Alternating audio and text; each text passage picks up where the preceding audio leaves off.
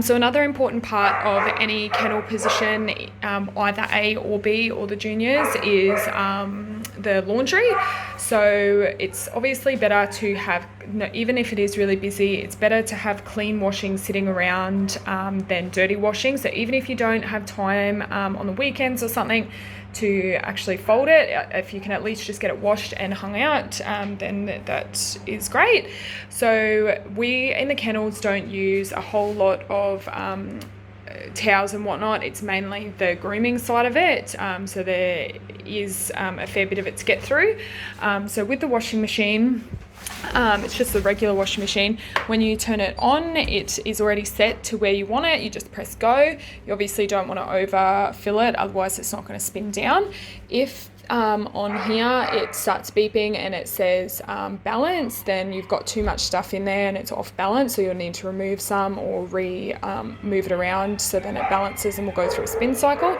If it says suds, it may be that you have put too much detergent in there and may need to run it through a new cycle. If it says it again, then it might need the filter clean out, so please report this to management. Detergent and powder just lives under the sink there, so we just do 1 scoop per load, and then just outside, as you can see through the window on the back of the toilet building, is where you hang it out.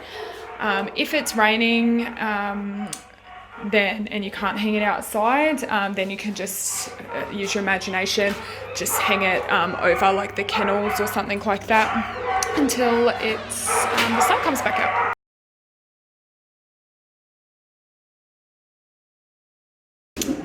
So we're just going to make up some food now for the coming days. So Maddie's got 2 containers here. Typically a 2 kilo block of mince, which is what the butcher supplies us, will mix with the dry food. We'll make 1.5, so you just grab 2 of the containers, which live in this cupboard here. You can put gloves on like Maddie's doing if you want. If you don't, you just have to make sure you wash your hands thoroughly after, because it is raw meat, obviously. So yeah, the ratio is a 2 kilo meat block to 4 scoops of the dry food.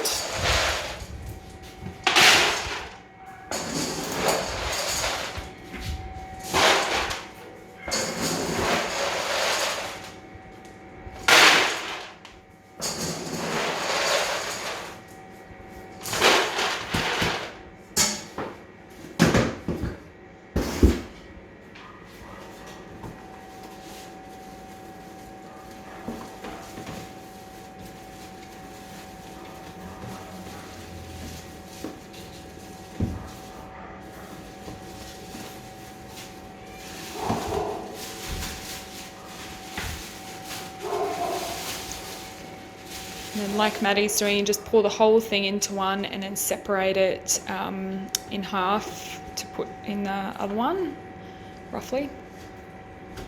It's still a bit frozen in the middle just because it had to be thawed out.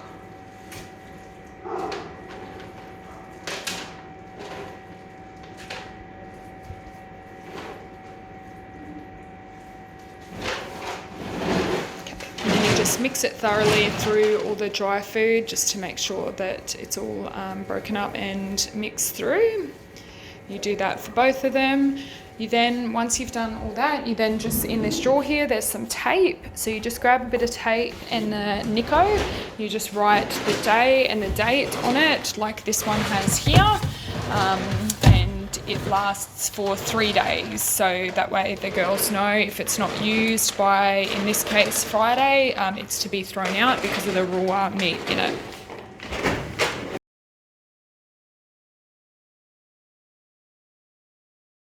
Alright, so this is how we use our medication chart. So filling this out is the responsibility of whoever brings that animal down from reception and places the animal in the kennel, and then puts the medications in the medication box, which is clearly marked with NPR Resort Meds.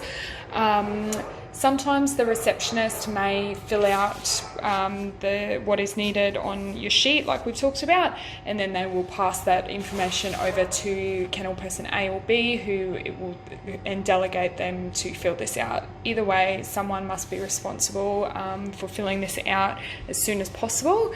So inside there is a sheet, and one sheet is for one animal. You don't put two on one. If an animal in the rare instance is on more than 3 medications, which is the allowed amount on one page, then you can use a couple for that one animal. But with Max, for example, he's only on 2, so we just leave the third one. So Max is obviously a cat, so we still put cats in this book, even though the medications are actually kept up in the cattery on top of the fridge. Dogs, however, are all kept in this box here. So with Max, you can see he's on Laxapet and Cisapride. It has the dose for each of those and the frequency, so twice daily.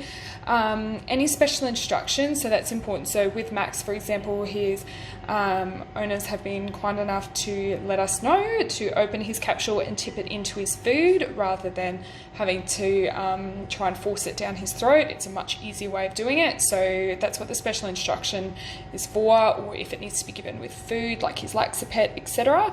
Then at the top it just has the dates, and then the initials of the person that administered it must initial in here, like on the days that they do it.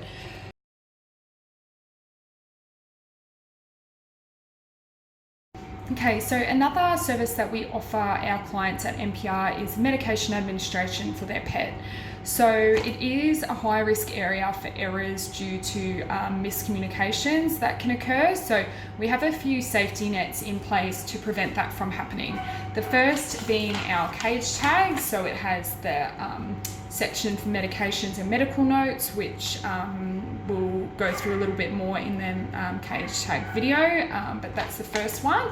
We then have tags that go on top of them on their cage, which are bright coloured and bold to really point out that they're on the medications in case the cage tag gets missed.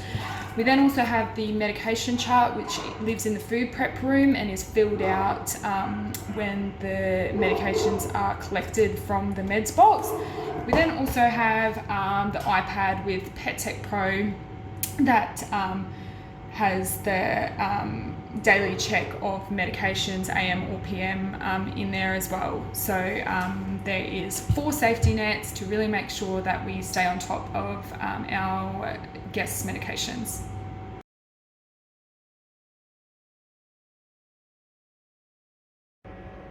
Now we're going to go through daily checks.